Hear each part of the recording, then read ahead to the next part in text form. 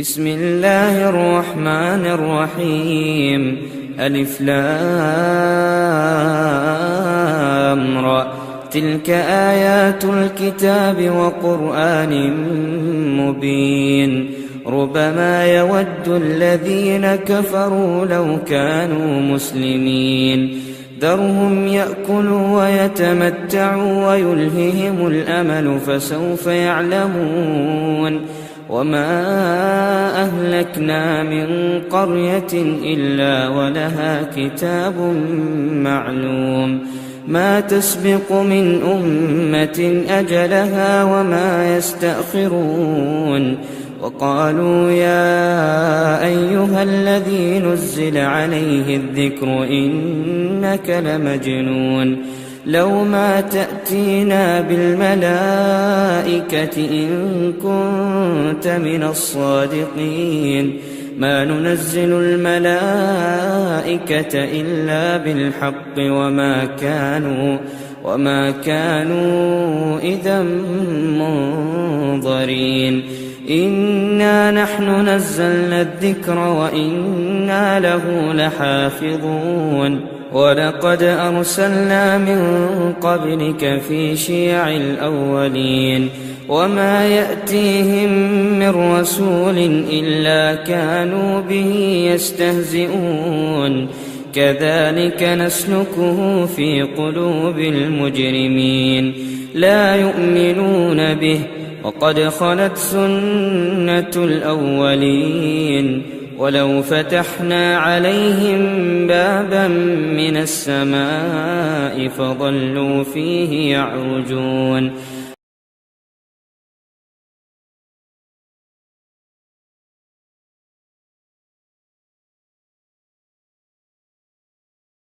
مولانا حالی نے اہل عرب کے آپسی دشمنی لڑائی اور جھگڑے کا نقشہ کھینچا ہے چلن ان کے جتنے تھے سب وحشیانہ چلن ان کے جتنے تھے سب وحشیانہ ہر ایک لوٹے اور مار میں تھا یگانہ فساد جزاکم اللہ خیر وبارک فیکم عزیزوں اور دوستوں بزرگوں اور بھائیوں پڑوسی ملک نیپال میں توحید و سنت کے لیے ایک چراغ جلایا گیا جسے جامعہ سراج العلوم جھنڈا نگر کہا جاتا ہے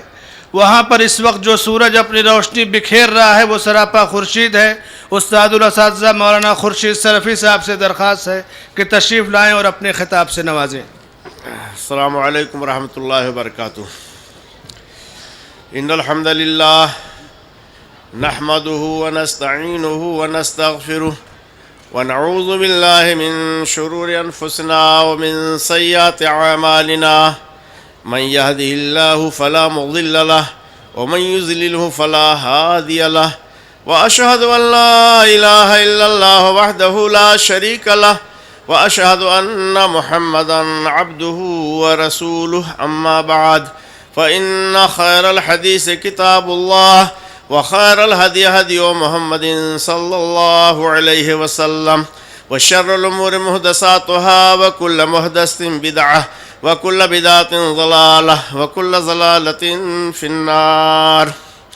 قال الله تعالى في كتابه المجيد أعوذ بالله من الشيطان الرجيم بسم الله الرحمن الرحيم يا أيها الذين آمنوا ادخلوا في السلم كافة ولا تتبعوا خطوات الشيطان مرکزی جمعیت اہل حدیث ہند کے امیر محترم حضرت مولانا اصغر علی سلفی حفظہ اللہ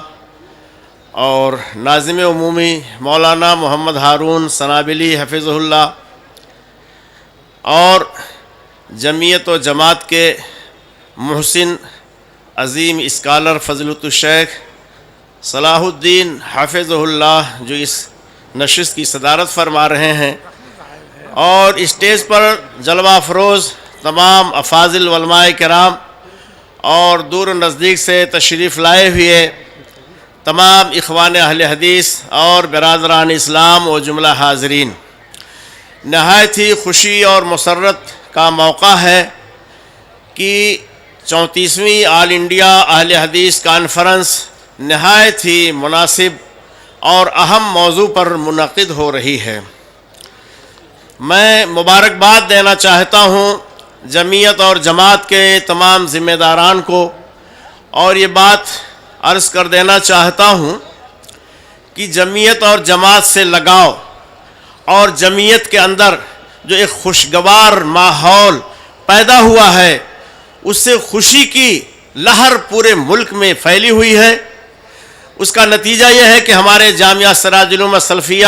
جھنڈا نگر نیپال سے تقریباً ہم لوگ 80-85 نفر کی تعداد میں اس پروگرام میں شریک ہیں۔ اللہ سبحانہ و تعالی ہم سب کی شرکت کو قبول فرمائے اور اس کانفرنس کو کامیاب اور بامقصد بنائے۔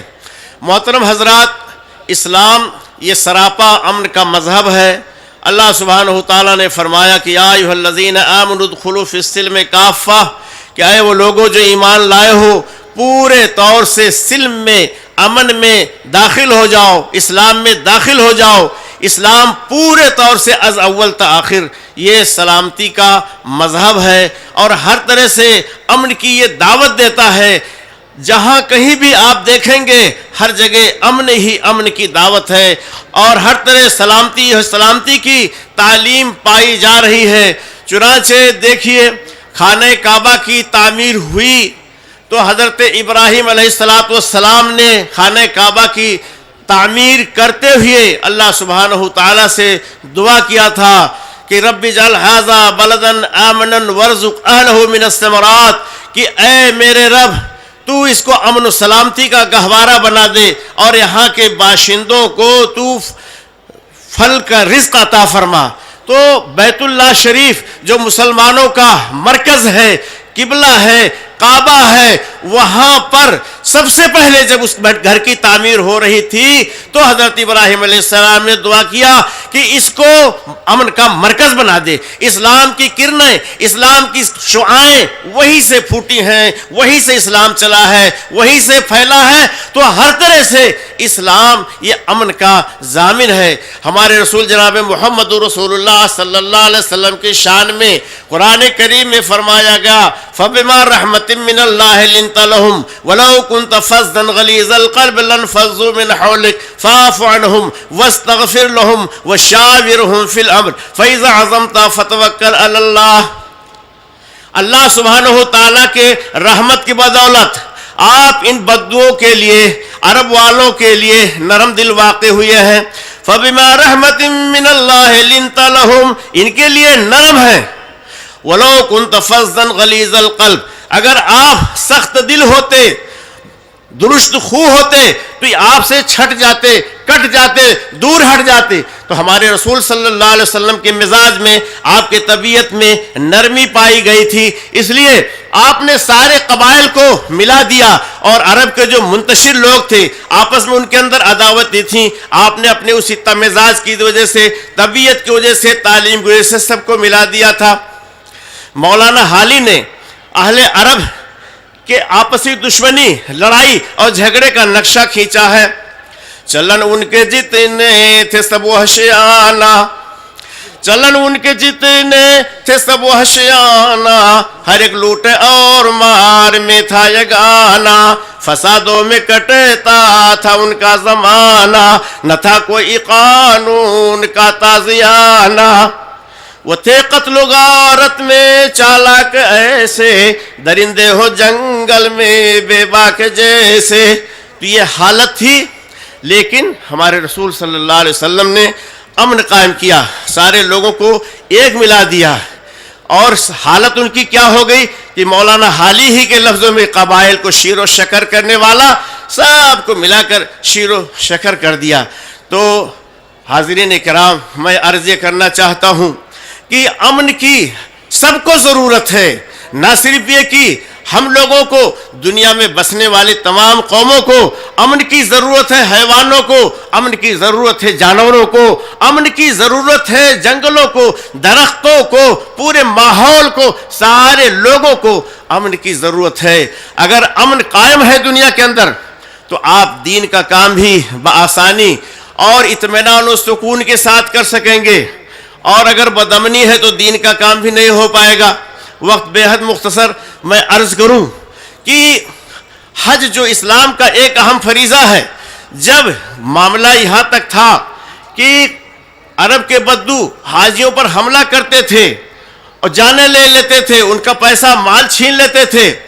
تو بدامنی ہی کا ماحول تھا کہ لوگ جاتے ہوئے وہاں ڈرتے تھے۔ علامہ اقبال نے کہا، قافلہ لوٹا گیا صحرا میں اور منزل ہے دور۔ ایک ڈکیتی کا واقعہ پیش آیا تھا جس میں ایک نوجوان کا قتل ہو گیا، وہ حاجی تھا، تو اسی کا ذکر کرتے ہوئے کہہ رہے ہیں، قافلہ لوٹا گیا صحرا میں اور منزل ہے دور، اس بیاباں یعنی بحر خشک کا ساحل ہے دور۔ خوف کہتا ہے کہ یثرب کی طرف تنہا نہ چل، شوق کہتا ہے کہ تو مسلم ہے بے باکا نہ چل، بے زیار سوئے بیت اللہ پھر جاؤں گا کیا عاشقوں کو روز محشر منہ نہ دکھلاؤں گا کیا۔ لیکن جب سعودی حکومت قائم ہوئی، آل سعود کو اللہ سبحانہ تعالیٰ نے توفیق دیا، تو انہوں نے پورے ملک میں امن و امان قائم کر دیا۔ اب پوری رات فراٹے سے گاڑیاں چل رہی ہیں، لوگ آ رہے ہیں جا رہے ہیں، کسی کو کوئی خطرہ نہیں، کسی کے کوئی ڈر نہیں ہوتا ہے، لوگ چلے جا رہے ہیں، عبادتیں کر رہے ہیں۔ اسی طرح سے مالی معاملہ، اقتصادی معاملہ کو دیکھ لیجئے، اگر امن قائم ہے تو اقتصادی خوشحالی آتی ہے، اگر امن نہیں قائم ہے تو بدحالی ہے۔ لوگ امن ہی کی وجہ سے اپنے گھر بار کو چھوڑ کر کے ادھر ادھر چلے جاتے ہیں، کام کرتے ہیں، زراعت کا کام، تجارت کا کام، دیگر کسب کا کام کرتے رہتے ہیں۔ تو امن ہے تو یہ سب کچھ ہو رہا ہے، اور اگر نہیں ہے تو بدامنی کی صورت میں لوگ اپنے گھروں میں دبکے ہوئے بیٹھے رہتے ہیں، ڈرے رہتے ہیں۔ ہمارے رسول جناب محمد رسول اللہ صلی اللہ علیہ وسلم نے ہر طرح سے امن قائم کرنے کی کوشش فرمائی اور ہر طرح سے آپ نے تعلیم دی ہے۔ چنانچہ بخاری شریف کی روایت ہے، آپ نے فرمایا، واللہ لا یؤمن واللہ لا یؤمن واللہ لا یؤمن، خدا کی قسم وہ صحیح معنوں میں مسلمان نہیں، صحیح معنوں میں مومن نہیں، صحیح معنوں مومن نہیں۔ پوچھا گیا اللہ کے رسول صلی اللہ علیہ وسلم کون ہے؟ آپ نے فرمایا الذی لا یامن جارہ بوائقہ، کہ جس کا پڑوسی اس کی شرارتوں سے محفوظ نہ ہو۔ اگر پڑوسی ہی شریر ہو جائے اور اس کی وجہ سے کوئی آدمی اپنے جان اور مال کو خطرے میں سمجھے تو پھر وہ نہ کما سکتا ہے نہ خوشگوار زندگی گزار سکتا ہے۔ تو اس طرح سے ہر طرح سے اسلام نے پڑوسیوں کے حقوق بیان کیا، ذمیوں کے حقوق کو بیان کیا ہے، معاہد کے حقوق کو بیان کیا ہے، اور ظلم سے زیادتی سے ہر طرح سے منع کیا ہے، تاکہ سارے کے سارے لوگ امن و شانتی کے ساتھ زندگی گزاریں۔ میرے بھائیوں، میں سیرت کا ایک مختصر سا واقعہ آپ کو بیان سنانا چاہتا ہوں، کیونکہ مختصر بہت وقت بہت مختصر ہے اور ابھی ناظم صاحب کھڑے ہو جائیں گے۔ تو عرض یہ کرنا چاہتا ہوں کہ رسول اکرم صلی اللہ علیہ وسلم کی سیرت کا ایک حصہ یہ ہے کہ آپ کے اوپر جادو کر دیا گیا تھا، آپ کے اوپر جادو کر دیا گیا۔ بخاری شریف کی روایت ہے، حضرت عائشہ صدیقہ رضی اللہ تعالی عنہ بیان کرتی ہیں کہ آپ کی کیفیت کچھ ایسی ہو گئی تھی کہ کوئی کام جسے آپ نے نہیں کیا ہے تو لگتا تھا کہ آپ نے کیا ہے، کچھ عجیب سی کیفیت رہتی تھی۔ رسول اللہ صلی اللہ علیہ وسلم نے حضرت عائشہ سے کہا کہ اے عائشہ، میرے پاس دو آنے والے آئے اور ان لوگوں نے کہا کہ ان کے اوپر جادو کر دیا گیا ہے۔ پھر انہی لوگوں نے بتایا کہ بنی زریق کے کنویں میں ہے اور کنگھیب کے اندر جادو کر کے اس کے اندر دبا دیا گیا ہے، پتھر سے دبایا گیا ہے، کچل دیا گیا ہے۔ چنانچہ اللہ کے رسول صلی اللہ علیہ وسلم نے اپنے آدمیوں کو لگایا